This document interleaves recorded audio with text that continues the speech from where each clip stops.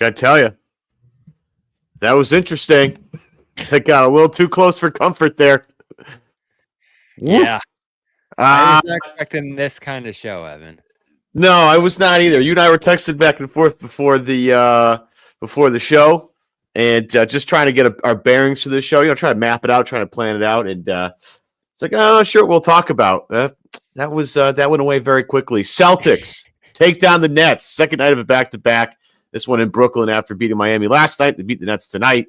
115-113, your final. Evan Valenti filling in here on the Garden Report. Real Bobby Manning, alongside me. Bobby, thanks for having me aboard. Thanks for inviting me on. It's a pleasure to be here. Pleasure to be here with the people. Celtics improved to 49-19 with that 115-113 win. Welcome inside the Garden Report, everybody. Brought to you by Prize Picks. Code CLNS. They get $50 instantly when you play. $5. Download the Prize Picks app today. Again, the code CLNS gets $50 when you play your first $5 lineup. Lots to get to. There's some obvious places we need to go and some not so obvious places we need to go. Kristaps Porzingis back in the fold for the first time in a long time. 24 points, so a lot of big ones in the fourth quarter. We'll get to that, obviously. Also, coming up, Noa Dalzell. She's in Brooklyn. She's going to join us about a few things. I'm sure we'll find out a little bit more, maybe about Jaylen Brown. That's going to be on the docket, no question. There's just some injuries nagging him. We'll find out how much they're nagging him when we get there. And then there's another 3-point milestone for this team, Bobby. Another big one for the Celtics, and we'll talk about that probably towards the end. But, Bobby, got to start with Kristaps. Been a long time. Everybody obviously was waiting as long as humanly possible. It got to be to a point of annoyance, I think, where people were trying to figure out what's wrong with KP. He makes the Instagram post where he comes out and says, hey, I had this virus thing. We're not sure what it is. Not sure what the timetable is. Back for the first time tonight. And with the exception, I thought, of the 3-point shot, I thought it looked pretty okay. What'd you think? Yeah, I mean, the fourth quarter, I think, speaks for itself, especially going the distance there. And no major limitation for him in this game coming back after last playing on February 26th. And we're talking going on a month there that he was out. So, yeah, shout out to Noah. She predicted he'd be back just based off his vibes in Miami. I think it was a good sign from the start that he was on this trip, because you didn't really need to go on this trip if you didn't have a chance of playing on it, especially with the long travel overnight. I think they got into the hotel, Evan, they were saying at 2:30, 2:45 after the flight last night. So that's a difficult turnaround. I know Joe wasn't happy with the 6 o'clock start going into this one. So there was a lot of momentum against him playing here. And the fact that he went out, played as many minutes as he did, and I feel like powered that fourth quarter with all the rolls and screens and different positions he got to out of the ball handlers there. His presence with Tatum off the floor for the first 6 minutes of the fourth quarter there was vital. We've been talking about that all year, Evan, how they survived that stretch. Jaylen goes down. Jason has to miss those first 6 minutes there, especially after playing a ton of minutes at the start through 3 quarters. And Porzingis carried them. And, we'll get to Holiday, too, in this game, who was awesome during that stretch. Took over at point guard. No Derek White tonight, of course, and he had 12 assists here. You look at Tatum, what he did against heavy pressure. I know that's what we talked about on Celtics Beat this morning, so we'll get into that as well. But this was the Porzingis game, certainly. And to get that first game back after we didn't know when he was going to be back, certainly, is a great sign going forward here. And this is how it goes with him, right? We're unsure if he's coming back into the finals. He comes out with the best game of his life in the game one. And then we're wondering, all right, are we going to see him anytime soon here after that post on Monday? And here he is on Saturday with one of his better performances of the season, at least scoring the ball. Yeah, one of the things that's interesting is I think if you're Joe Mazzulla and maybe the rest of the Celtics staff, and maybe they'll get into this, but you're looking at this Brooklyn Nets team and just not a lot of size on it, just not a lot of guys that are going to really make him work too hard. I think they might have had this circled just as that's going to be a great game to maybe get him back in rhythm. And obviously he feasted on pretty much what is Sharp's 6'9", 6'8", 6'9". That's the tallest guy they have. I think Brooklyn has to at least cover Kristaps Porzingis. They got Sharp in early foul trouble, getting Porzingis the ball down near the basket. I thought Again, he handled the contact pretty well. I get a little nervous. I don't know about you guys, Bobby. I'm not sure if you're the same way, but every time Porzingis jumps, it feels like Rob Gronkowski getting tackled. At later stages in his career, just hope he gets back up. Every time Porzingis lands, I wince just a little bit, and just when he runs back down the other way, I know we're good. But I like the way he dealt with physicality. Dealt with the contact. My only problem was just the 3-point shooting, and I think that's just going to take time and rhythm being back out there, just getting used to being on the floor with everybody. Yeah, I feel like it's a familiar thing for him when he comes back off these big layoffs. That's the last thing to come around for him. When he came back after surgery at the start of this year, there was a long stretch there where he wasn't hitting threes. Just to add it up here, I think the first 10 games he was back, he shot 31% from three.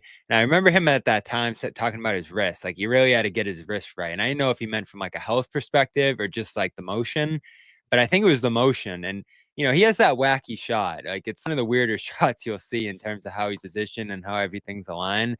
So I do think in the flow of the game, while he's moving around and doing everything else out there, that's probably what takes the most thinking and repetition and flow to get back to where it normally is. And he got going pretty quickly after those 10 games, if I remember right. And was right back to being who he was, the previous year from three there. So definitely not concerned about that. I think, to your point, that he's able to handle the contact, that he's able to handle the minutes here, especially, is the best sign. And I don't know if having him out there at the end of the fourth was the best move. I know no Horford tonight, so there really wasn't an alternative. But that's where the Nets started piling up those threes. And that is something I'm looking at here. The Nets aren't a three-point shooting team.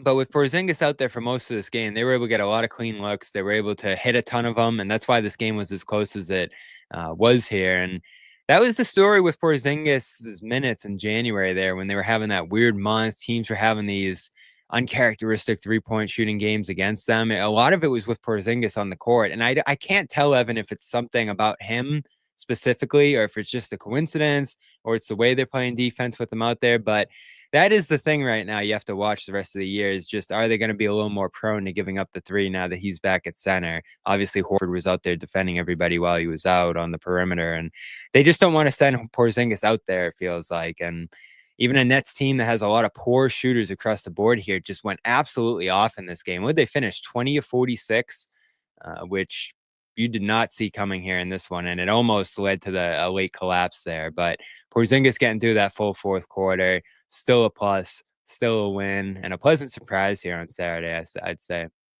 Yeah, let's stay on that defensive thing because I think it's kind of important to kind of contextualize what's going on here, at least in my opinion. Like, you're going to have a team in Boston coming off the second night of a back-to-back. They're down a bunch of guys. We've seen this year.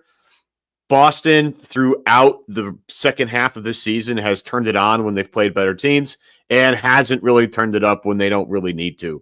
I think tonight was a combination of a few factors. One is the fact that they're on the second night back-to-back.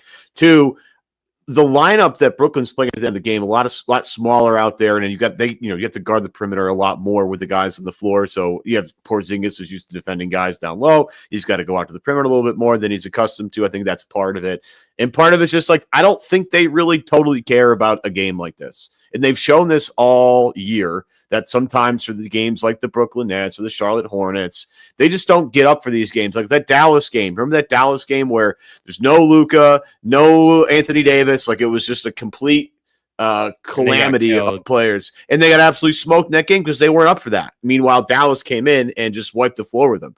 It's just, for me personally, Boston's been susceptible to this all season long. I think it's sort of valid to look at this. I'm not saying that you're crazy here, to look at, hey, like, this might be a problem later. It might not be a big deal right now because they're playing the Nets, and sometimes when they play the Nets and then they play like the Cavs, you see the obvious difference there. Actually, that Mavs game earlier this year, I think they played the Cavs on Tuesday earlier in the week and had an incredible defensive game in Cleveland, and then they followed that up with an absolute dud of an effort against Dallas. I think it was like that Thursday or Friday in the Garden, and they got the doors blown off them. So it's like, there's a couple of things. I don't think you're wrong for noting that, though. I think one of the things that we all get nervous with Porzingis defensively is you go back to that game against the Hawks last year where DeJounte Murray's just cooking on an island and they're leaving Porzingis out there to defend one-on-one. I remember that vividly being, you might see this in the playoffs a lot when people try and pick at scabs. So that being said, I think it's something that you file it away, Bobby. You think about it, but you also don't put a lot of stock into it because of just the circumstances surrounding tonight, I think, personally. For sure. And I'm thinking more back to January when it was happening over and over and over again. And I remember even Porzingis talking about it, like all these guys are having historic nights. I think he saw one of the tweets that one of the reporters sent out of, the list of guys who had their best career 3-point shooting night against them. And, tonight it was kind of across the board for the Nets, which was the weird part about it. You had Maxwell Lewis coming in 3 of 3. You had Jalen Wilson, who was like a 31% shooter, coming in 4 of 8 from 3. 4-7 for Zaire Williams, who isn't much of a killer out there. And I think Keon Johnson was actually below 30% coming in and went 5 of 9 in this one. So weird game with the shooting. Again, some of this stuff can be coincidental, but we do know that the Celtics like to give up certain threes. And I'm sure Porzingis playing way off those guys and not even having a thought of coming out against them is a part of that. You're not even getting the cornet contest with him like you do with Luke off the bench there. And there were some rotations in this game too, where they were obviously rotating away from certain guys and just daring them to shoot. So they got burnt a little with that. It drives me crazy, Evan, sometimes how much they do that. It's such a big part of their defense now, and Joe loves it. It's like the inverse of his offense. He just likes to give the other team the worst shots that he can, and sometimes they give them up so aggressively that these are practice shots for guys, and they can get going off them. So I thought that was a big part of the game tonight. Definitely coincided with Porzingis's minutes a little bit, but again, the circumstances, he's back for the first time in a month here and looked amazing on offense and saved them in the fourth quarter. So that stuff obviously supersedes some defensive concerns I might have about him right now. Absolutely. And I think going forward here, the only thing I'm worried about obviously is his overall health between now and the rest of the season, but it's can this guy hang on? I'm so interested to hear what happened. We haven't heard from him since he went down. I know.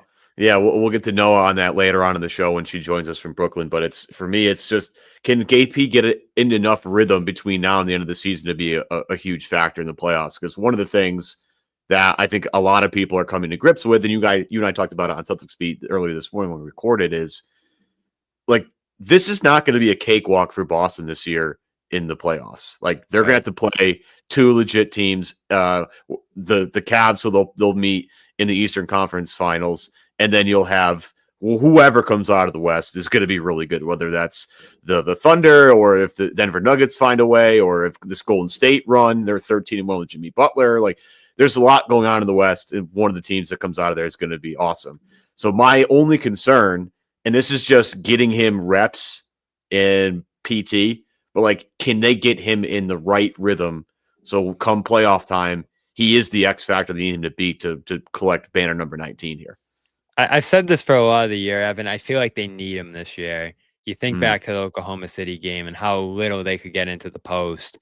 You think to some of the games this year where teams are keying in on Brown and Tatum, and you would have him available for either the threes we're talking about here off the pop, or just getting into that middle area where he can just shake loose and shoot over guys. There's so much optionality he gives you offensively here that doesn't allow other teams to sell out on Brown and Tatum. And the Nets did sell out on Tatum tonight, Evan, especially when Brown went down. Like, it was just all out, send everybody his way, send guys over from a defender. He was seeing massive crowds above the 3-point line this game. And, you just saw Porzingis say, all right, I'm just going to slip out of a screen and get into my area there and take all the shots that they're giving me. And he's so efficient, especially rolling and finishing and posting up certainly too here, that I just think they're going to need it because, you talk about some of the Holiday struggles. You talk about Horford, who hasn't quite been the same shooter he was a year ago. Hauser, too. Like, a lot of guys have had down years. And once Porzingis got going, I feel like he was actually playing better at his height this year than he was a year ago, offensively at the very least. And, when that three's rolling, too, it's just another level. I'm trying to think of that game where he went absolutely crazy midway through this season. With like 7-8 threes. I can't remember off the top of my head, but 8 of 14 against Chicago. That's what it was. I mean, when he's doing that, this team's unstoppable. And there's a lot of different ways and triggers that could make this team impossible. You got the Derek stuff, you got the Pritchard stuff, which was there again tonight. And there's so many guys that can just add to what the best players on this team already do. But when you consider needing to take away the rim on defense, needing to have an option if they're selling out on Tatum and Brown, who's directly involved in the actions with those guys. And then the start of the fourth quarter stuff tonight, where they've had some trouble with Tatum off the floor, Brown's not there. You have a lineup that's just, got Shireman and Pritchard and all these random guys in it. And it's Porzingis' presence out there that allowed them to thrive through those minutes and not give up too much of the lead back and, be able to score. I know the defense didn't look great with that group, but I don't know. Do you agree with me? I feel like they're not going to be able to do what they did without Porzingis last year, this year. I think they're going to need him through the run. Yeah, I completely agree with that. The fact that they were able to do this without Porzingis, one of their, floor tilting players who can obviously stretch out the 3-point range and, kill guys on the inside. But for me personally, like, if they don't have him, I don't care how good these guys are. Like, I don't care how good Derek White is. I don't care how good Jrue Holiday is. They just won't win with the team that they have. Eric Polanco. We don't know. Baby. Yeah, we're trying to figure this out as well, buddy. We're going to wait for Noah to see if she has an update for us. Why did Brown play today? Honestly, Bobby, is it more than just him and Tatum love to play games? They don't like to miss games, and it just seems like these guys like to play through everything. But, obviously going out in the middle of the game isn't the best look. That's the answer with Tatum, and I'm sure they wanted Tatum to set out this game, split Brown on the front end, Tatum on the back end here, but I think he talked about in Miami, Tatum, and Brown, I'm sure, feels a similar way that when they get to the arena, they're just going to say, I'm playing. And I don't think the team has too much of a say at that point. I mean, I've, heard of teams pulling guys' jerseys out of the lockers and just going to enormous lengths to stop them from playing. And I think medically there's a level where you would not allow a guy to go out there if he absolutely couldn't. So I think what the positive is here is that whatever was hurting him previously wasn't enough where he had to be out. I think it was just a scheduled rest night in Miami. It wasn't like, this injury's piling up so much here that he needs to sit out for an extended period right now, because he's back out there again tonight. And I don't think that would be the case if he was enormously hurt. The problem is that it's a new injury here with the back spasm, and that's something that can linger. We've seen it with Hauser this year. It's lingered the whole season effectively in his case. So it's not the best injury to hear about here. And, you and I were texting. I actually thought he looked pretty good in the first half and was rolling in a big part of why they built that 20-point lead. So I don't think this is related to what he was dealing with coming into the game. Maybe, everything's connected, but this is a new injury, it feels like. Yeah, I it's something to monitor, and I you and I were texting during the game, being like, "Oh, what are we going to talk about?" And as soon as you went out, I texted you, "Oh, there's something we can talk about for sure." Am I bad on that, Eric? Eric, I didn't. I knew we had to go to your question, but I just wanted to wait for the right time, so my apologies on that. And I do want to get into a little more. Yeah, absolutely. We'll get into Jaylen Brown a little bit more, but I do want to take a quick break to tell you today's show is powered by Prize Picks. Prize Picks is the best place to get real money sports action. With over 10 million members, including myself, Bobby, and other members of CLNS, and billions of dollars in award winnings, Prize Picks has made daily fantasy sports accessible to everybody. Just pick more or less of at least 2 players for a shot to win up to 1,000 times your cash. Run your game all season long on Prize Picks. I talk about the flex play all the time on my show, Bobby, how good flex play is to me personally. But unfortunately today, buddy, not going to be great for the most part, because you and I talked earlier about some of my Prize Picks for today.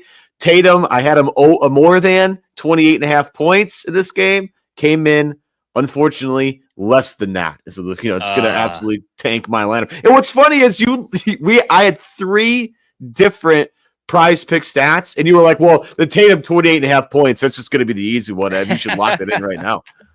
But yeah, it's so crazy too, because you never know when a team's going to sell it to stop them, and that's what the Nets did here tonight, and it became about everybody else. Holiday was the guy to go more on, and maybe we should have known that after the game he had in Miami yesterday. Yeah, it's too bad. Well, you know what? I'll be losing even more money with Prize Picks throughout the rest of this season. And if you were smart, I would advise all of you to fade me. You can join Prize Picks today. And folks, the app, super easy to get. All you got to do is download it on your smartphone, whatever you use, and use the code CLNS to get $50 instantly when you play $5, that $5 lineup. And that's the app, Prize Picks, code CLNS. And you get $50 instantly when you play your first $5 lineup. Evan Valenti filling in, pinch hitting here with Bobby Got Manning some here. sound, Evan. Oh, Some do sound we? Phone in from Brooklyn. Joe talked, and maybe he'll have something to say about Kristaps and Jalen here. Let's listen in. Let's take a look. What did you make of Kristaps in his first game back in a while? I thought it was great. He looked in good form.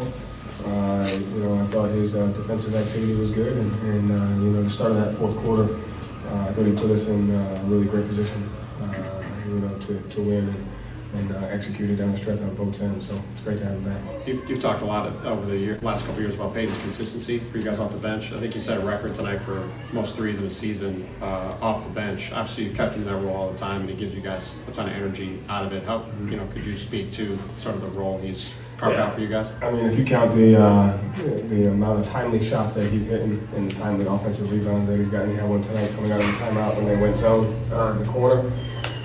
He just has an ability to impact the game in so many ways. He just continues to get better and better, and his competitive nature and work ethic's unreal. So that's an awesome thing, and it takes a special person to fulfill that role, and he takes pride in it and does it every day. You said before the game that you would probably have a minutes restriction on Kristaps. Then he played the entire fourth quarter. Was that something you were planning from the start, or did his play early in that quarter kind of convince you? The minutes were like right around 32. The minutes were right where I played him. Okay. And then it's been sort of a bumpy season for him from a health standpoint. Every time he gains momentum, it seems like there's been another setback. How has he dealt with that, and how has he kind of just handled the ups and downs of the season? Yeah, I think he's dealt with it in a great way. He never really, when he's able to play, he always plays, and when he's not, he does the necessary steps, whether it's in the weight room, on the court, in the training room, to put himself in position to play. And so the great thing is that he does that, so we trust him. Trust the staff, but he has a great attitude about it, and just kind of have an understanding. And there's moments where, as the team knows, I think he's a huge part of what we do, and we know we need him at his best, and he's just got to continue to do that. But I appreciate his optimism that he has, regardless, even when it doesn't go his way.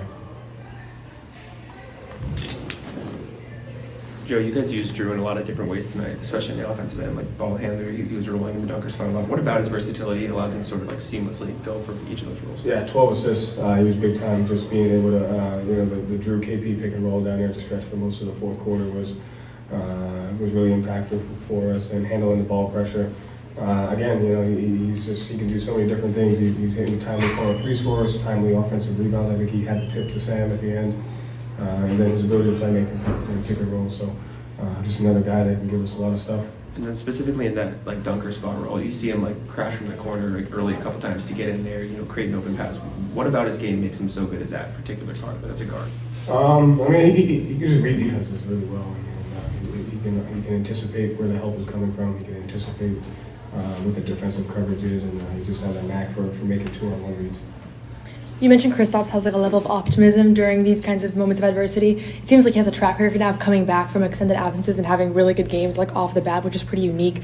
Do you think there's any reason for that besides for just his mental status or something you've seen in his preparation or just his mentality that has just kind of allowed him to be like that? No, I think it's just his consistency. I think he's just consistent in his work ethic. He's consistent in his approach, and it allows him to stick to the process and just go through the ebbs and flows. All right. Thank you, Joe. Good stuff from Joe Mazzulla. Always love hearing from Joe. Of course, with the stuff on Kristaps Porzingis, I saw you chuckle at that game out through the broadcast. I think there, Bobby. Yeah, we played him 32 minutes. That's right where we had him. Yeah, okay, sure. I'm sure you did. I'm surprised he even admitted there's a limit. He normally doesn't even do that, but that's why he does it, because he's going to go full speed ahead there. I don't think there was much concern about him coming back. I think it was just a matter of making sure he could fully ramp up. And there were a couple of times, Evan, I think during his recovery process where he'd ramp up and then just get exhausted and they'd have to go back to square one. So once I think he probably reached that full ramp up level, I didn't see him on Monday against the Jazz. I didn't see him on Wednesday before the Thunder game, but he did go through a full shoot around in Miami, and he probably responded well enough to that at that point to say, all right, good to go for the Nets here. But they were careful.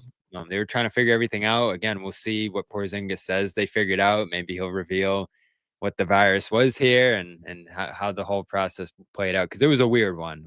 One game, comes back against Detroit, then misses 8 straight to end up missing 9 out of 10 here. I can't remember something quite like that. Yeah, and he would like warm up before games so get everybody kind of excited and then just wouldn't play. Remember he So said on every Instagram time- before the Lakers game, I'm back tomorrow. And then Yeah. never played. No. It might have something to do with that. It might have been to do with the okay, let me do shoot around and let's see how I feel. And it just wasn't feeling right, I guess. I don't know. Yeah. Or maybe they were just extra cautious. But again, good to see him come out, guns blazing here, 24 points. Spectacular job of being kind of the queen of the chessboard, being able to shoot over everybody and that finishing through contact. Some other stuff there. Anything else that jumped out to you? I do want to hit to the Pritchard stuff in a little bit, but anything else that jumped out? Yeah, just another massive Holiday game, and good to see momentum build on that so quickly from the last one there. Not the same scoring game here, but effectively took over as the point guard in the fourth quarter. And you think of what Derek did in the early fourth last game, all the bailout shots, all the passing plays, in full control of the offense while Tatum's off the floor. And of course, there was no Brown last night either. Tonight, no Brown and Tatum because Brown goes down at the start of the fourth. And he made about 2-3 plays in a row with the Nets storming back, with them pretty much scoring every time the other way because the defense was all out of sorts at that point. And whether it was just getting it to Porzingis in the pocket or making a play to his left or right or getting into the paint and kicking out of there, they used him a lot more deliberately in this game on the ball, which I'd have to imagine, Evan, this is going to be his highest usage game by miles this year, at least as a passer, at least as a ball handler in this game, because he was the point guard for large stretches. You had that miss that he hauled back in at the very end of the game that was just such a ginormous play. And it almost seemed like it clicked yesterday for everybody on the team, like, ooh, we got to get this guy more involved. We got to get this guy feeling good into the playoffs and just take advantage of the other strengths of his game. We talked about it this morning on the show, Evan.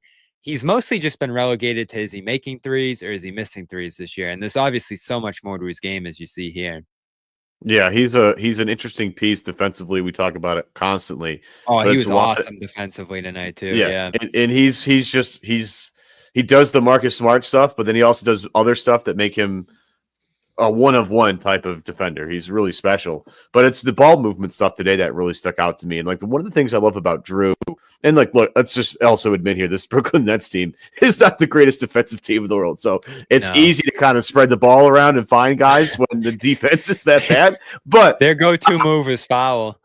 Yeah, it wasn't pretty a lot. I'm not going to sit here and say that was like the Thunder, watching the Thunder defend out there. That's not what I'm here to say. But yeah, the ball movement stuff, Jrue is really good at changing the level of the play, meaning like going from inside back to outside, or like finding as the play keeps on moving and the ball keeps swinging, holding onto it for a second, letting the whole defense slide, and then just find the guy in the middle of the paint and just have like for an easy dunk, whether that's Kata, whether that's KP, whether that's been Al Horford or it's been Luke Cornett lately. He's really good at that. And outside of a bad 3-point shooting night for him, 1 of 5 from 3-point range, I thought he was excellent. He had a great feel for when to take guys off the dribble, get inside, get into that 10 to 15 to 12 foot range and just pull up from there. We talked about this on my show earlier about how important he is to the success of this team. We talked about with Porzingis, like they're going to need him, whatever. Jrue's not the most important player on this team, but he does mean a lot to them when he's doing the defensive stuff. He's a low turnover guy and he's hitting a couple of shots. He makes them almost impossible on both ends to beat because of how smart he is. Yeah, for sure. And I think what you worried about most, and I definitely worried, as we talked about earlier, is the team starting to play off him becoming that weak link that teams can just hedge off a little bit, and the Nets did it a lot early this game. It was like they watched the Heat film from last night and were like, all right, that's the formula, or the Thunder film from Wednesday. Like, that's the formula. All right, we're going to try that now. And they were just pulling defenders completely off Jrue. And again, I think that's why it was important to get him on the ball, to get him actively involved, to make him a threat. And his ability to do that, I think, is a good counter for the Celtics. And he's not going to handle the ball a ton when they're fully healthy. He's not going to be running pick and roll regularly with their full lineup out there, especially Derek, because I feel like Derek's absence is what he benefited from the most here in this game. So I love how they used him. Again, I was listening to Joe a little bit on the radio pregame, and I think Randy was asking him, like, oh, do you go to Jrue and say, hey, we need you to be aggressive. We need you to be assertive. And Joe kind of flipped it and was like, no, I check in and say, are we helping you enough to be able to be involved and do all the things you need to do?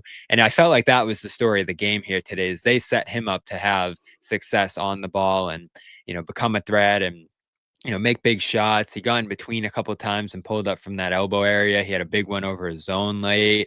And I think we forget, Evan, among all the things that he can do here, he used to be a point guard. He used to be a guy running an offense. He used to be a guy that you could give the ball for the whole game and orchestrate everything if Giannis was out in Milwaukee, or certainly New Orleans, where he was running the show down there. And that's still there. That's never going to go away. The instincts, the vision, the ability to gain leverage in traffic there. Like, that's something I feel like almost underutilized, and understandably so, because Tatum's their point guard and White's their secondary ball handler, and they need someone spacing out to the corner. So it's going to be him. But I think this will be a week we look back on, Evan, if he has a great postseason and a very involved postseason, and say, it wasn't going well through January. It wasn't going well through the halfway point of the year. But that week in March, things started to click. He got going again, and they started utilizing him more. And that's what this time of year is about, Evan, right? Experimenting, trying different things. There's nothing to lose. If they lost this game because they went to Jrue too much, I don't think we would have freaked out too much, maybe for different reasons, but not because of this. And I think that's why his involvement down the stretch is going to be one of the key things to look for here, because it's just a small thing, but teams' abilities to ignore him has actually started to hurt them in spots this year against some of the best defenses. And again, this Nets team isn't that. So I don't think you can fully judge it here. The Heat aren't that even. But these are the opportunities to get them the reps in those spots to make them a threat against the best competition. And the one thing you got to keep in mind is, if you think about this in the playoffs, how many times has Boston taken Porzingis, put him on a non-shooter, or taken Rob Williams and put him on a non-shooter and just have him play off that guy and wreck everything? Mm-hmm. I mean, they do that with Jrue Holiday, the defensive end, all the time as well. In certain lineups, he'll go cover Josh Hart, but then just do this rover thing where he just jumps out and starts doubling guys. It's a team that does that a ton. They also can't allow teams to do that to them because of how well, Jalen and Jason operate in the paint when they have a ton of space. They're one-on-one with guys, right? So for me, your point's extremely valid. Like, getting Jrue Holiday ready to go and just comfortable in this offense, and that includes, like, not featuring him, but feeding him and letting him initiate a little bit, so that every guy has to respect their assignment, is what makes the Celtics team really impossible to guard. There are only a few teams, as we saw with Oklahoma City the other night, that can really guard this team when they're really humming. And so for me, as you look forward, we talked about Porzingis getting a rhythm. I would argue slightly less important, but extremely important, is getting Holiday right again. And if teams can sag off him, like we saw, you and I mentioned it this morning, that Memphis game where they just dared him to shoot all game and he can't come through, that's going to be a problem. I don't see him doing that a ton, but that creates a problem. And when you're trying to win some of these little things on the fine lines, everything matters. And Jrue going cold from the corner for 2 games will sink them. Guaranteed. Sounds like Kristaps is speaking now out in Brooklyn, so we'll hear from him shortly here. Jrue talked as well, so we'll have some sound from him as well. But yeah, I agree. The ability to have everybody be a threat is what made them so great last year. And when you think back to Holiday's season a year ago, it's outlier stuff, right? You're not going to go 60% from the corner. You're not going to go 42, 43% from three every year. And so this might just be him regressing a little bit back to his career average, which is about 36.9. I could actually see that being what he finishes at this year, maybe just a little bit lower. But yeah, it's something you can look at. So this is a good turnaround for him here, even if the shooting wasn't great in this game. I just feel like he was involved. He was aggressive. The stuff last night was amazing. And it feels like their focus is just a little bit back toward, all right, this guy doesn't do much on any given night. That's probably hurting his rhythm a little bit here this season, those limited opportunities. So let's give him a lot of opportunities because we're getting other guys rest. We're getting other guys nights off. So that just props him up the hierarchy here. And it was perfect tonight. Let Derek sit out. He was awesome last night. Doesn't need to be pushed. And Holiday can take over the offense here. And that was big for Pritchard, obviously, tonight, too, getting more opportunities. Yeah, I was gonna literally segue right to that, Bobby. You did it right for me with the way things are going. Keeping the floor spread, getting opportunities with guys out. Payton Pritchard's been that guy all season long. No question about that. 22 tonight, 7-11 from the field, 5-8 from three-point range. And Bobby, we have another record, 3-point record for the Celtics. Payton Pritchard becomes the guy with the most threes off the bench in NBA history tonight. And we listened to Joe talk about that earlier in the show. Let's get Pritchard's thoughts on that next. I'm off the bench at a high level, and hopefully I can continue to do that. I mean, you have 14 games left. Was this a goal that you had for this season? To break the record? Yeah. There's no records, there's no awards that I ever. I didn't even know It's about the all record. Self-improvement, looking at every game, what can I do to keep growing and keep bettering myself, and ultimately that's all that matters to me. Bontemps could D up Pritchard. He's taller than him. Hopefully I can keep that going. You're in a rare position where you've played with Sam and Luke pretty extensively. So it's kind of unusual to have a bench unit that's had that much experience together. How much have you seen that just be able to carry over to your guys' play and chemistry on the court? I mean, it just helps. I know how Sam, how he plays off ball, where he likes it. Luke is easy to play off, great screener, good passer, great field. He's completely changed his game from being a three-point shooter to now a rim threat, roller, get those to him in the pocket. So just when you have that many hours with those guys, spend so much time with them, it makes the game really easy. The city trying to take a step forward or two every year. Not seeing the numbers around it. How do you feel about taking steps forward? Well, obviously confidence is a big thing, so just trusting, the work I put in, shoot off the dribble, to comfortably shoot from deep on the regular, to find spots after, so many years with these guys where it really affect the game. I'm not gonna have the ball in my hands all the time, so where can, I can make the difference and help Jason, Jalen, KP, and those guys out. So I think I'm figuring it out, and I think there's still more to come, and I can get better and better from there. Did it feel good to get KP back out there? Sure.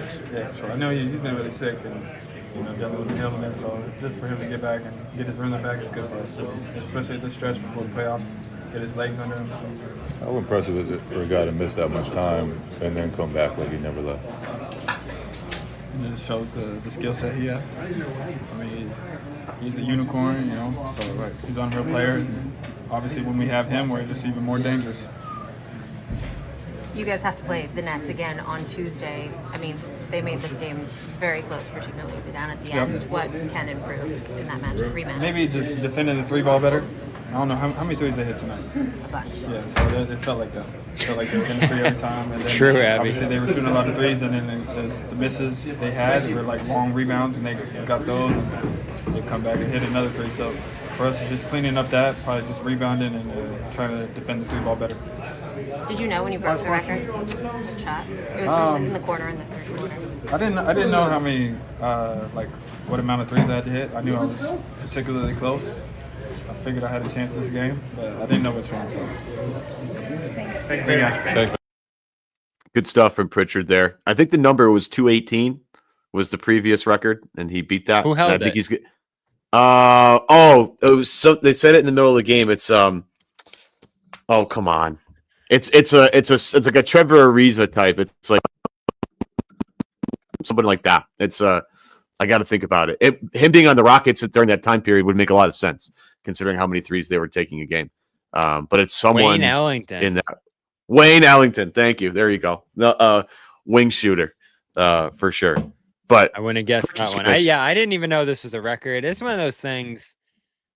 It says something about Pritchard, right? That he's off the bench every game, that they've cemented him in that role. And like he was talking about there, he has that cohesion with the guys around him. So I do think, even though it's Wayne and Ellington, and we know that now you're shooting so many more shots per game than there were in 2018, before that. Eric Gordon's on this list as I look at it.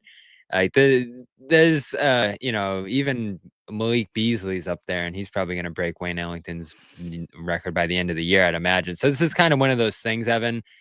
Brandy's posting like Tatum climbing up that ladder every game. They just shoot so many more threes now that these records are all going to fall eventually. But the fact that he's in position to do it, and that he's going to win sixth man this year at this point, and that he's been such a constant for them, I think it says more just about the role he's in and the consistency he plays with now night to night, more than this being a significant record to me. Again, this wasn't really something I was thinking about, but he's had an outstanding season, and he's there every night. That's the biggest thing, is that in the past he'd have some stretches where he'd look like this and then he'd tail off, or he wouldn't play as much.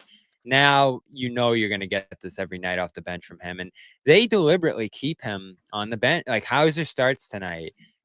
Cornette starts in Miami with Porzingis out in a double big look. They keep Pritchard off the bench, so this also aided his pursuit of this record, and I think that's pretty intentional by them to keep him in a spot where he's stable and he knows what his job is each and every night. Yeah. First off, shout out all the people in the comment section that knew it was Wayne Ellington cold. All those hoopers in the comment section who were just gassed up about knowing the answer to that question. I would not have been able to guess that for $1 million. That was really impressive, and it was like several people in the comment section. You guys all know who you are, so shout out to all you guys. But one thing I love about Pritchard is how he answers questions. I do love he's come a long way as an interviewee. I find him to be like an ethical hooper, like a guy that just understands what basketball at its core is really about. My favorite quote this year is the one from Jay King, where he told him, if you care about your half-court heaves affecting your shooting percentage, you're a loser. And I was like, yes, absolutely. I love that. Like he just gives great quotes, and he understands, I need to do the best job I can for the rest of my teammates. So even though if I don't have the ball in my hands, I need to figure out where I need to be on the court to make their lives easier. So if they need me, I can knock down a shot or do something with it. Like that's a guy who's thinking the game the correct way. And for a guy who wasn't playing 2 years ago to now who he is now is insane. And I keep saying this, that Payton Pritchard was the last gift from Danny Ainge. So thank you, Danny. Appreciate that one. Nailed that pick. Neesmith was good too, but I love the fact that Pritchard came along later. A lot of people ask in the comments for better performances against better teams from him, though. I think the OKC thing's probably fresh in everybody's mind. But I feel like we've seen him play relatively consistently against a variety of opponents here. Yeah, I guess 1 of 5 against the Lakers in that game. Here's the thing. Portland.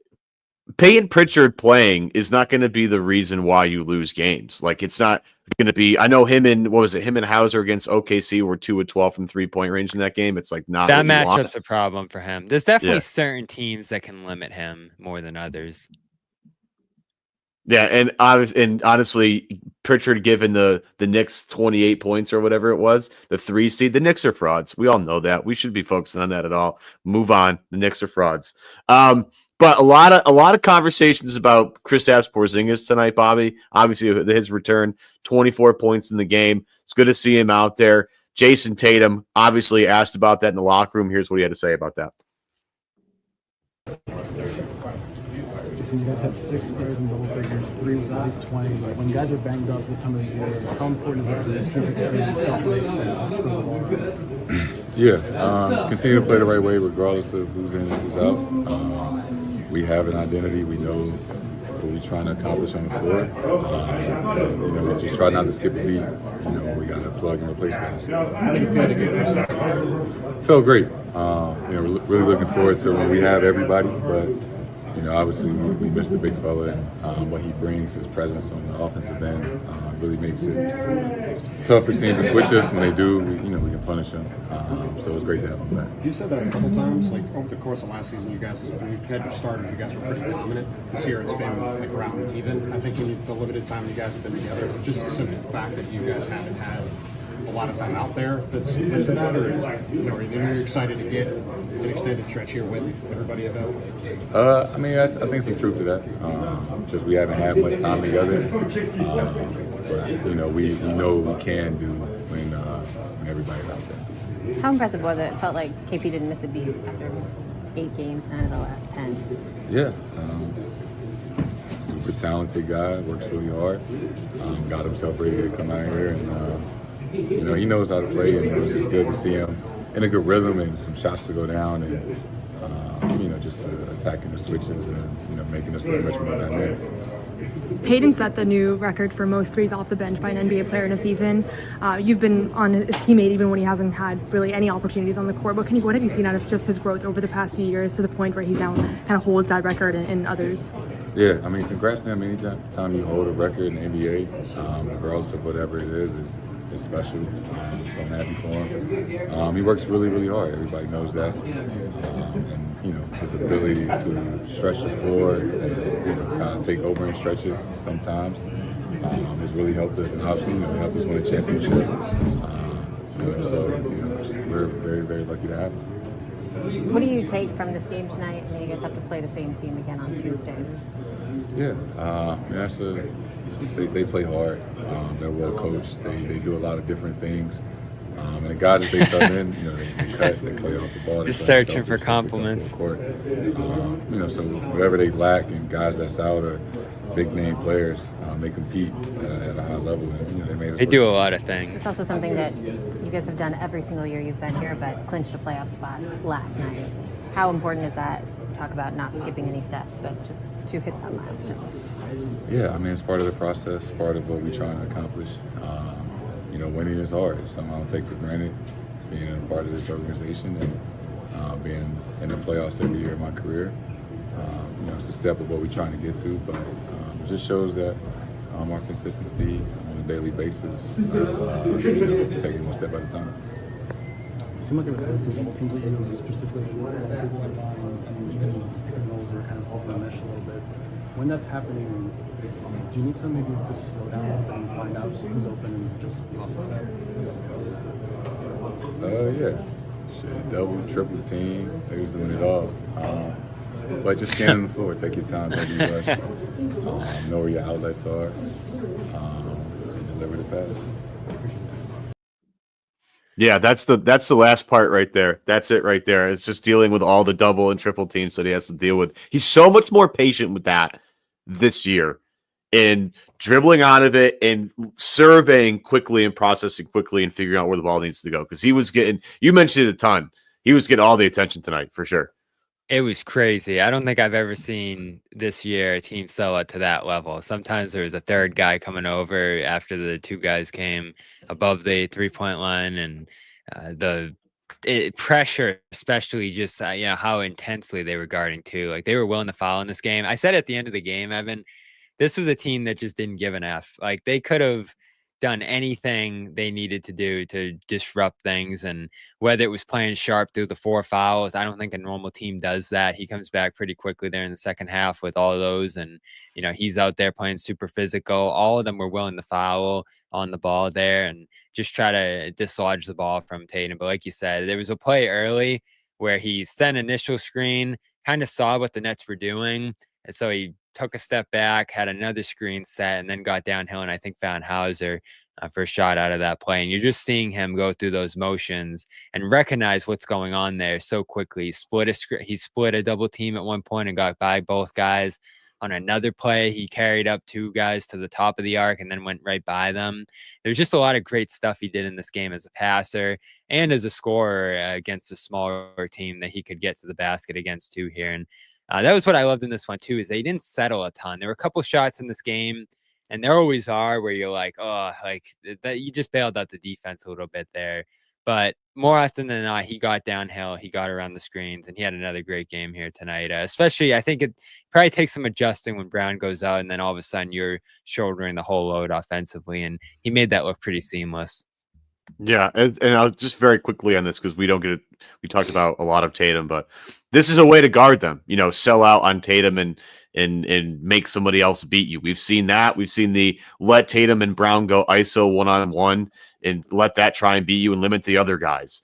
I find it hard to pick a strategy and stick with it for a long time, but maybe tonight was evidence that maybe selling out to try and stop Jason Tatum, as long as they're giving up threes on the other end like they were giving up. Maybe that's the strategy. I don't know. I'm something to monitor going forward. I've never loved it just because they get into those passing sequences, and that's when they're at their best. I feel like you want to hold the Celtics into isolation, stagnant possessions, have everybody standing around, not involved a ton, and the ball was popping for the Celtics all over the court in this one. How many assists did they end with?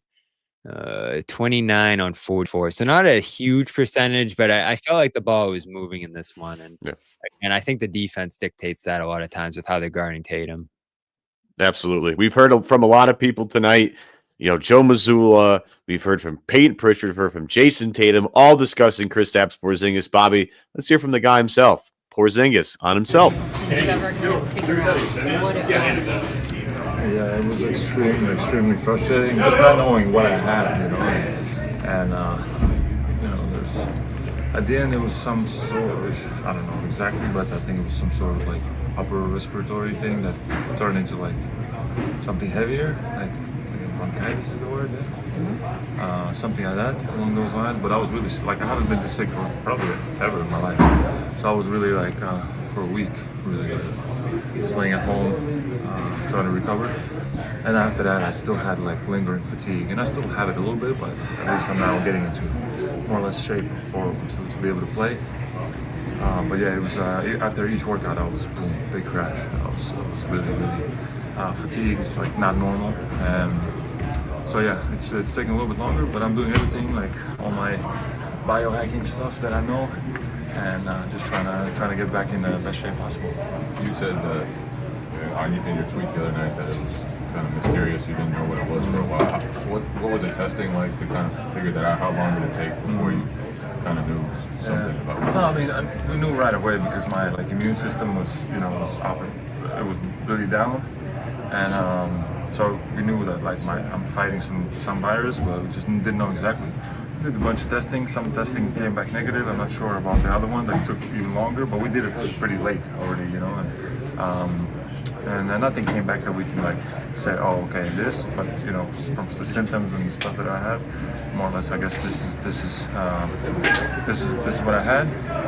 Just was really strong. Yeah, honestly, really strong, and it took me a while to get back, but happy to be back now. There were times you were doubtful and then you were questionable, and Joe said, yeah, you went through parts of practice today and then you were doubtful again. Was it kind of an up-down thing where you thought you were getting better and then setbacks? Correct, because I was trying to push for a Lakers game, obviously, in order to come back. So I tried to push my body the day before.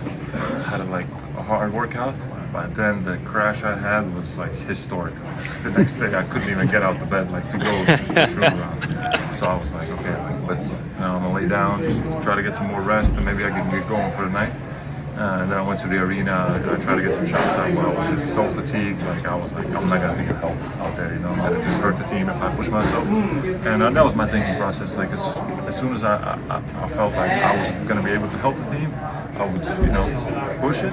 But in that moment I was still not ready, so that's why doubtful, almost in, almost out. That's why all this, but we got here. How did you get to that point? Like tonight, you played the whole 32 minutes, played the entire fourth quarter. You didn't tell us to look very winded out there, in pretty good shape. How'd you get back to that point so fast? Oh yeah, it's been work. I've been I've had now 2-3 decent workouts. After which I had a little bit of crash, but not this type of where I'm I can't get out of bed to make coffee type. So I'm I can't punch out coffee. With each workout, and I was okay. It's bad when you can't make your play coffee. 20 minutes, but I feel that. Joe told me mid fourth, he's I'm not gonna take you out, so just bite down and let's go. said, okay, let's go. Got some sugar in my system and just push through. And I did it in 31, 32 minutes. Decent game. How do you What feel made you now? wanna- Kristaps? Feeling all right. I think no, so far like no crazy fatigue yet. I hope that's it, you know. But even if there is some tomorrow, I'll do all my red light and all the rest of the stuff that I know helps me. And and we have 2 days now, I think, until the next one. So perfect. Was it ever like scary that you couldn't figure out what was wrong? Was it, obviously it's frustrating when you're not getting better. You just said you haven't been sick like that ever. Were you ever worried? Yeah, I mean there was some like ideas of what it could have been, you know? some heavier stuff. But I was just hoping it would not be that. But if it was that, it's like okay, like how can I recover as soon as possible, you know? But yeah, I'm happy that the main test came back negative, which was the heavier stuff, and this mononucleosis. I don't know in English. Mononucleosis in Spanish. So this was a little bit of worry, but that came back negative, and I was like, okay, so some pretty strong illness, but got back. What made you want to turn Last to social question. media to kind of let the fans know where you were at? What kind of compelled you to send that tweet last week? Say that again, sorry. What made you want to tweet that your status, kind of give everybody getting an a lot update? of questions. I saw it on social media and stuff. Like people wanted to know what's going on, why I'm out for so long. And honestly, it was frustrating for me. I'm just illness out. Like, come on, this guy can't play through some illness. Like, even I would think that, So I just wanted to let people know that I was really dealing with something, and I would never set out for some cough or something. It was like if I'm out then with illness, it has to be a little bit where I can't really play to help the team. So that was it. Just wanted to give an update and yeah, maybe that's it. I got a lot of support back, and that was really nice. So I always appreciate the support and the love that I get from the Celtics fans and the fans back home and everywhere. Good to hear from the man himself, Bobby. It's good to hear from him. Oh man, we missed him. I mean, that's the best quote on the team right there. Oh, I would agree with that. Good to see him smiling again. Noah, welcome. How you doing? Thank you. I'm good. It was great to see him and not coughing. And I was gonna ask him about that tweet if it was the last thing I did. I think I opened my mouth like 11 times during that scrum because I was just so curious about why he decided to do that. But yeah, he looked great. So that's the big takeaway from this one. So Yeah, there was a still lot smiling. there. I'm trying to think of where I want to go first with that. I guess Joe pushing him through the fourth. Like, is that how I heard that? That he was like, "You're finishing this fourth quarter," because there was some talk about him having a minutes restriction though, going into this one. That obviously wasn't quite the case. Joe said there was a minutes restriction and that it was 32 minutes. So he played 32 Convenient. minutes. I don't know. I think part of it is probably reading him. It's weird because it's not like an injury where there's a they still don't know what he has. That's my takeaway from that press conference, right? And so yeah, I mean, we'll see. His whole thing, right, is that he keeps working and then crashing. So we'll see how he feels tomorrow. I wouldn't be completely shocked if tomorrow he's back on the injury report because this has been kind of a bouncing back thing. But it's certainly a good sign that he was able to play 32 minutes and also look really good while doing so. Historic crash, Evan. That's where I want to go. Historic crash. Yeah, it's interesting to hear him say that because it's like, yeah, I'd go through a practice and then I would just feel terrible right after that, and I couldn't do anything after that. I mean, that just sounds like getting old, personally. But I mean, for me, a little alarming because that sounds pretty serious, and I don't know. We'll see how he reacts. There's a game Tuesday. He's got plenty of time to get back to normal here, but that's pretty serious. It's like you heard this a lot, at least for me, just because I have a lot of friends with kids and everybody's getting super sick. It's just the way winter goes. But a lot of people this year getting more sick than they've ever been in their life. So that checks out. That checks out. Yeah, you're hearing a ton of that. And I guess once you get into a bronchitis, which is what you mentioned there, it's a more serious thing. And Look, Yeah, Bobby, I did a double overtime back when we were doing Syracuse postgame shows for Syracuse lacrosse with bronchitis before. I've done a few of those. I think Kristaps could play 31 minutes in a basketball game as I tout my own accomplishments. I mean, we saw it tonight. So yeah, Noah, you called it. We'll give you the credit, and we'll see if he's able to continue playing consistently. And I think that's the question for the whole team right now. And obviously, we want to hear a little bit about Jalen as well. Do you have anything there on the back spasms?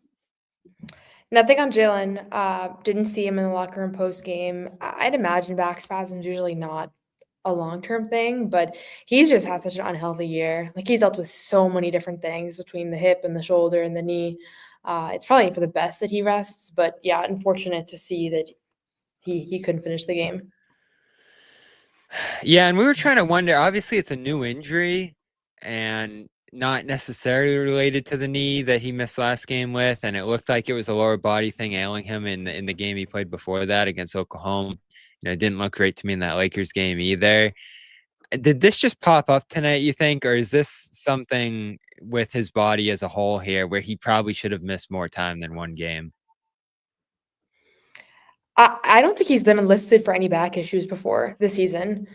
This is like the one thing that he hasn't dealt with. So I would imagine it was something completely different. I don't know if you guys saw anything on the broadcast, but I didn't see like a moment or a play where he was hurt. It was all of a sudden he was not on the bench for a while. And I was like, that's weird. I wonder where he is. I noticed that Al's son had taken a seat. So it seemed pretty permanent. And then, yeah, a few minutes later, Celtics PR shared that he wasn't available. But yeah, he went through warmups and everything. The knee thing was what was putting him on the injury report. Yeah, I don't know. I don't have much more on that though. Yeah, it seems like it's going to be one of these things they have to manage throughout the rest of the season, whether it's just all these nagging things. Like, look, these guys, especially Jalen, like plays through contact a lot. And it's just something that, you manage. I mean, I think I don't know if this was a real quote because I was crazy today, but I did see something about Jrue Holiday maybe not feeling certain things when he plays games now. He doesn't feel a ton of pain when he plays, because he's got that mallet finger wrapped up, and maybe it's just something that they're all dealing with, whether it's a knee here or a hip there. It's just they play a lot of basketball. Like, these guys have played a ton of basketball over the past 5 years, and it's just wear and tear. It's tough. Yeah, you think you're referring to Jrue saying last night that he's on drugs, so it's fine. Yeah. He's been asked, to his credit, he's been asked about the mallet finger pain like a million times, and I think that's his answer. Like, it doesn't feel great. He has a splint. You can see a couple of times he catches the ball, and it's kind of weird. But I thought this back-to-back was some of the best basketball that he's played all season. And maybe it's the drugs, maybe it's the increased touches. I liked him in a playmaking role today, and I think it's just a reminder. We talked about this last night, so I don't want to reinvent the wheel here, but like the question of whether he's underrated or undervalued and all that. But a lot of it is just he just has a smaller role on the team, and he doesn't really show up in the box score much. But with Derek White out today, they used him as a playmaker. 12 assists. He hasn't had more than 8 all season. So yeah, I think Jrue. I don't know how long this mallet finger thing is going to be. I would imagine he has maybe like another month with that splint, because from what I saw, it was like a 6 to 8 week thing. That's just from what my own research, not source or anything. But yeah, I think they're all dealing with something. But Drew's thing, we were worried about it, Bobby, when we recorded a video like a week ago, being like, is this going to be a playoff concern? I don't feel any concern about that injury anymore. It seems like they've managed to manage the pain with drugs or whatever else, and with the splint. And he seems kind of back to his usual self. Well, I was curious, and we talked about it a little bit earlier in the show, what led to all the playmaking we saw from him later in the game. Like, did they see the Nets ignoring him like the Thunder did earlier in the week, trying to play away from him and want to get him more actively involved in the offense? Obviously, Derek's absence helps there too, that you're just going to need someone, and then Brown goes down too. So, with Tatum off the floor at the start of the fourth, I think it happened somewhat naturally there. But I think the fact that they got to that, however they did, could end up being a really good thing for them long term, because I don't think we've seen him in that role at all this year. And, you mentioned it, and I think we both went back and forth about it yesterday. He's just relegated to the corner now in a pretty aggressive way, to where if he's making threes, he's playing well offensively. And if he's not much of an impact out there. And teams have started to take advantage of that a little bit, because the three hasn't quite been there. And I think he was 1 of 5 in this game. It's when he got on the ball and started running pick and rolls and started getting downhill and using the playmaking that's there. And that's something that I don't think, is ever going to go away with him, especially with how physically he plays. I feel like they might have discovered something here, rediscovered something that they could go to later down the line in terms of running sets with him if teams are ignoring him. Because it makes sense, right? If a team's going to ignore him, give him the ball and let him run an action. You can't ignore a guy who's running an action. Yeah, for sure. And I do think like we talked about, the reality is that he was an elite three-point shooter last year. But if you think about Jrue Holiday, the NBA player throughout his career, the first thing you think about is not three-point shooting. But that's kind of what he became on this team. But if that's not falling, like there are a lot of other shots that he can go for, a lot of other looks that he, things that he can do for this team. And again, it's not always going to be the top option, and they've been down guys, and that's part of it. But like he has been great in the dunker spot, like throughout his tenure as a Celtic and before that. And I appreciate kind of him getting involved in different ways, because I do think it makes a huge difference for this team that he's not just a spot up shooter. They have a lot of spot up shooters, and this year he hasn't been great at that, and so he doesn't need to be limited to just that. Yeah, it might be something that they look at to do when Tatum's off the floor and their offense gets kind of stale if Brown can't really get it going, for a way to kind of keep the offense from going into the toilet. Is maybe, sometimes more Derek White's what's really necessary for the offense. Sometimes it's letting Jrue just take the car keys and let him do some things for a while. We talked about this, Bobby, like via text message. It feels like Jason Tatum plus 4 dudes equals successful offense. While with Jay on the floor, now with KP coming back in the fold, maybe that's a way to keep Jalen going and keep the offense from going into the toilet. Or as we talked about here, maybe having Jrue become more of an initiator of the offense and create things for other guys, as well as taking opportunities where, hey, if they're going to sag off me and let me walk into a 12-foot jump shot, I'm just going to take that and it's just going to nail a lot of those. So, stumbling onto something on March 15th would be a nice thing to do. I thought it was a rediscovery. As we talked about last year, he was tremendous. But, I agree with both of you. You just can't forget about Jrue Holiday wherever he is on the floor. And if other teams do, you have to. And it maybe not the Brooklyn Nets, won't be them, won't be the Charlotte Hornets. It's not going to be them. But later in the playoffs, like Jrue Holiday is going to have to make teams pay for leaving him alone on islands. It's just the way it's going to be. Otherwise, it's just not going to work. And I'm excited for this, Noah. We're definitely in the experimental part of the season. Like you don't see, I don't think him in this role with multiple guys resting earlier in the year. And, you're seeing Cade and Cornette playing together for the second straight night, and that wacky lineup at the start of the fourth with Holiday running things. I think Shireman was out there and Porzingis and Cornette were out there together. So this is, we're in the final 14 here. I think we're going to see rest and experimentation pretty much every night the rest of the way. Yeah, I'm excited about that stuff. I love when they get weird and they throw weird lineups out, because it's just I feel like Joe tries to cook up something weird to see how it works. I mean, Brad Stevens used to do that. My favorite Brad Stevens saying of all time is "shake the snow globe." It's my favorite saying. I go back to that constantly, and Joe believes in it too. It's one of my favorite things about both of them. Anything else from this game? Oh, go ahead. No, I was just going to say, like, this is a pretty inconsequential month as far as the record goes. They're pretty locked into the number 2 seed. As much, I don't know the percentages, but I think it would take something pretty wild for them to drop into number 3. And I think 1 is pretty much out of reach with the way Cleveland's been playing. So you have to find ways for these games to matter. And I don't think Joe loved this game. Like, I don't think they played great, honestly, especially in the second half. Defensively, there were a lot of breakdowns and things, but you're also looking at who's out there. Baylor Shireman's getting opportunities. Like you said, he's sticking with Nemias Queta, like, for extended stretches in weird combinations. And it's all information gathering for the playoffs. I think Oklahoma City has been doing a lot of that as well. And it's good to have. And beyond just like information part, it's also just like there are a lot of guys that are not going to play in the playoffs that have not played much this year. Like, this is kind of their month to try things out on the floor that they've been practicing behind closed doors. Because at the end of the day, like, you can work in player development, and they have a great player development staff. But it's not the same as actually being out there as far as the reps go. So that's all valuable too. So I like these games. I know they probably get lower ratings than regular NBA games, March NBA. But I think there's a lot of things you can kind of watch out for. And then I'm sure you guys talked about Pritchard, but like, I think he's another guy that just benefits from these opportunities to have a little bit of a larger role. Like, he was key for them tonight. Yeah, I didn't know what to think about the record there, because I wasn't thinking about it. It wasn't on my radar. I don't know if it was on yours for the last week or two, Noah, that he was coming up on this. It's a little obscure to me, but I do think it says something that he's in that role now full time, and he's excelling at it at the highest level. What's obscure? Yeah, The I love- 3-point record? Yeah. Yeah, that's obscure. I mean, a lot of these records are obscure.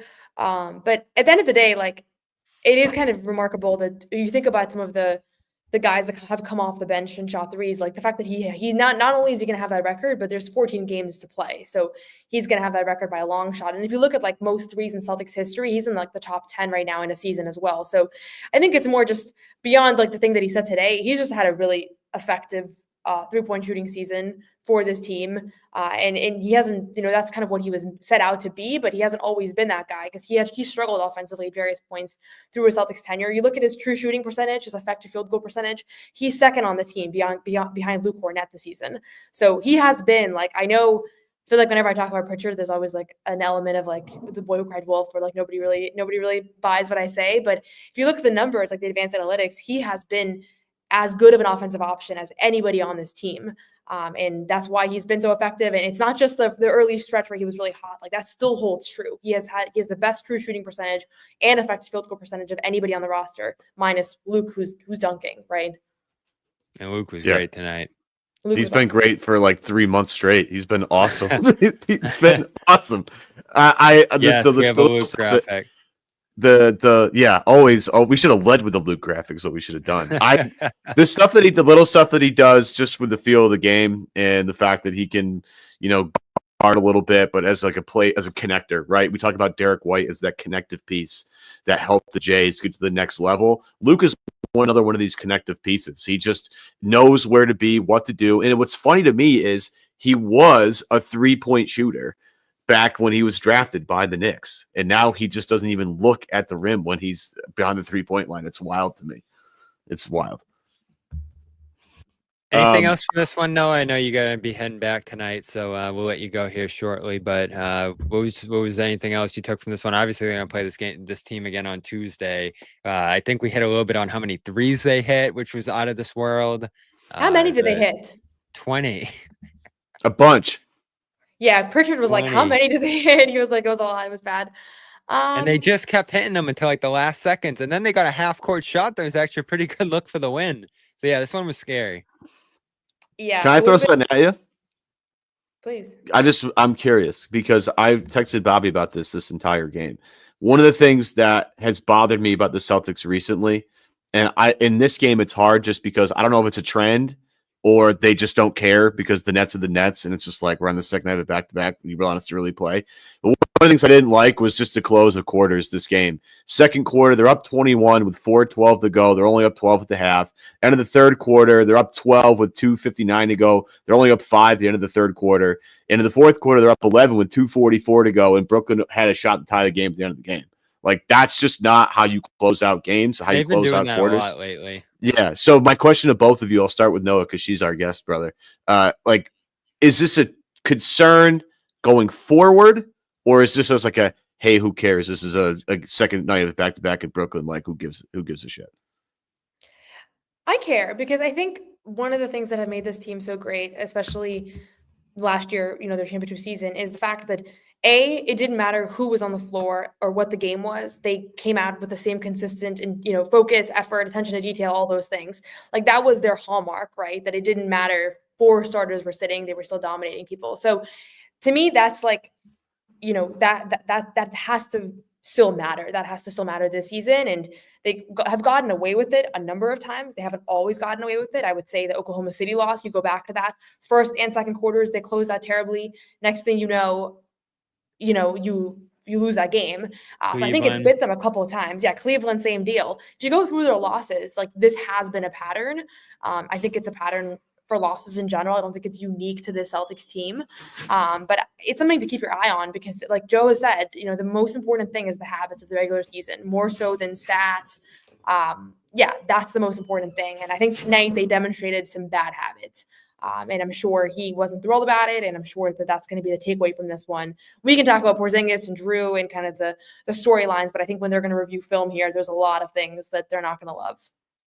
Yeah, the Nets took advantage of them in certain ways. And even the scheme, I think, put them in some tough positions. And, you're giving up turnovers or, the fast breaks the other way. There's just a lot of stuff in here that you always hear Missoula talk about that, he doesn't love. And then the quarter stuff's a good one to highlight, Evan, because I feel like that makes him angrier than anything else. And he's always highlighting how that Makes can me impact angry. games, how that can change the flow of a game. And, it was that Nets game 2 seasons ago that he said really changes his perspective as a coach, where the Celtics went up like 28 in the first half. There was a big run before halftime, and then the Celtics ended up blowing that game and losing badly in the other direction. So I feel like we mentioned Cleveland, we mentioned a couple other games recently where this happened, 20-point leads disappearing. They've gotten away with a few of them. I feel like a few of them burn them. But I think it's these ones where you escape and, everything looks fine. And obviously, if that half-court shot goes down, we have a completely different show tonight. But, Joe's not going to look at it that way. He's going to look at it as if they lost effectively here by the lead they gave up and some of the runs there that you mentioned. So I don't think Tuesday's game will look like this. I think that one will probably end up being a wall-to-wall blowout after they look back at all this stuff. But it definitely wasn't their strongest performance. I just let it go a little bit because you're running lineups that never play together. You're trying different things. Brown goes out in the middle of the game. So I think when you have that much stuff going on, you let it go a little bit, but I understand why coaches don't. And, they're not going to hear. And there's a handful of stuff you can take from this one. The Jrue stuff, we'll keep an eye on that. Porzingis, when he's out there, the threes just seem to be falling in droves. So you just write that stuff down. Not that it matters tonight, but it's mattered in different spots this year. And it's stuff that you might think about down the line, end of quarter stuff and handling leads too. But yeah, appreciate you, Noah. We'll let you get out of here and, go head back to Boston and, we'll see you on Tuesday. Sounds good. Heck of a job. Excellent stuff, per usual. I think we got everything covered here, Bobby. What do you think? The biggest question, I think, in the chat as we sit here with, I don't know how much time left, 60 wins in the table for you or no? Yeah, just because I feel like they win these games when they're sitting guys and they're resting and other guys get opportunities, it's almost a better spot for them because these other guys are so amped up to play. And, Pritchard especially, if they lean on him down the stretch, I think that's going to lead to a lot of wins. And the schedule is just so conducive to it too. You're playing Utah on Friday. Portland's up pretty quickly after that. Sacramento. I know the road trip's always going to get a little wonky, but it's just a lot of weak teams on that road trip and the rest of the schedule in general here. So I really only see 2 or 3 losses the rest of the way. What does that bring you to if they lose 2 or 3? Well, 11-3 is what they got to do to get 60 wins. Okay, so it's definitely in play. Possible. The only thing I'm worried about is if this Jalen injury is going to be a problem. And I don't think it's going to be a playoff thing, but obviously he's not going to have to, play every game here on out. I'm a little worried about just and I know I shouldn't be. We have so much evidence and data that suggests that Jason Tatum is a workhorse and we don't have to worry about his minutes. But eventually sometime, I feel like he's going to get tired. And I just don't want him to get tired at this point of the season. You know what I mean? With just trying to carry this team while Jaylen Brown gets his rest, KP gets his rest, Jrue gets his. I'm a little nervous about that. Yeah, to me, when I look at the schedule the rest of the way, Memphis on the 31st is a big one. That's a team that gave you a ton of trouble last time and will again.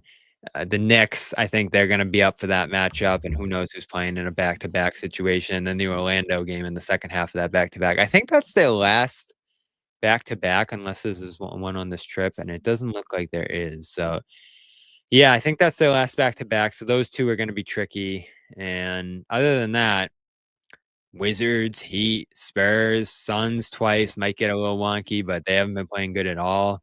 Jazz, Kings, Blazers. Who cares? It's just a number at this point. Do they really need to get to 60 to say they did it? Does that really justify I don't think it's about trying to get there. I think they can do it no matter who plays. And that's what I love recently is they're getting back to winning no matter who's out there. Rest 3 guys, you still win. One guy's hurt. In the middle of the game, you still win. That's what they did all last year, and that's why they ended up with that 3rd record. They weren't doing that for a little while, and now they are again, and that's encouraging, even though there's other questions you have when it gets into playoff situations here. But yeah, it's rest time.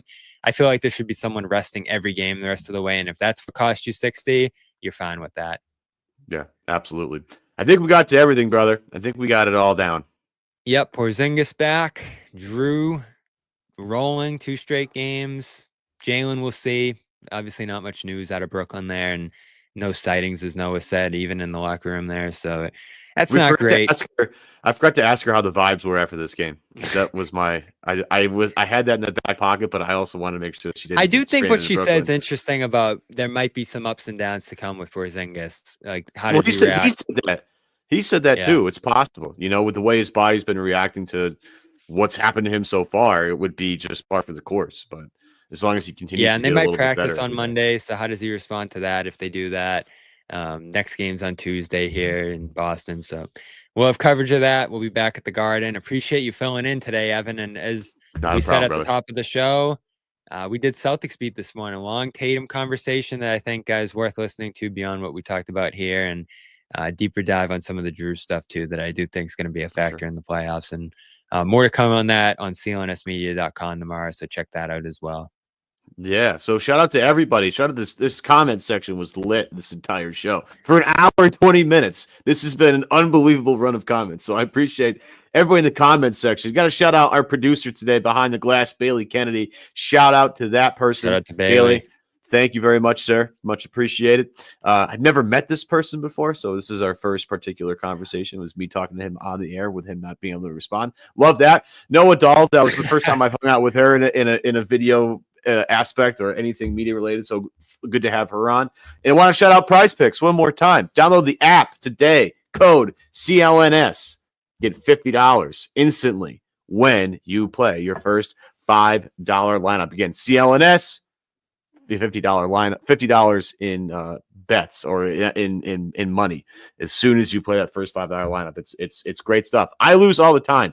Please fade me. Literally, if you want to make money, fade me. Listen to any podcast I'm on. I'm terrible at this. So for Bobby Manning, I'm Evan Valenti. I love you guys. Have a great weekend. We'll see you back here on the Garden Report come Tuesday.